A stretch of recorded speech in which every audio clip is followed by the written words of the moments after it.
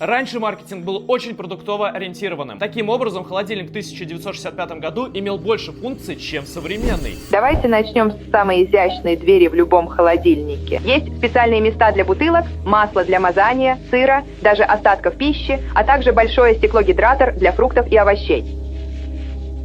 Он наклоняется вниз, чтобы сразу показать ваши запасы, а также может быть вынут, чтобы вы могли отнести его к раковине, когда есть свежие продукты, которые нужно помыть и убрать. Но это всего лишь дверь. Подумайте обо всем, что вы можете хранить здесь, на этих больших прочных полках, которые выдвигаются до вас, так что вы можете достать еду сзади, не перемещая ничего вперед. А что насчет ваших замороженных продуктов? О да, для них тоже есть место в этой большой-пребольшой морозильной камере.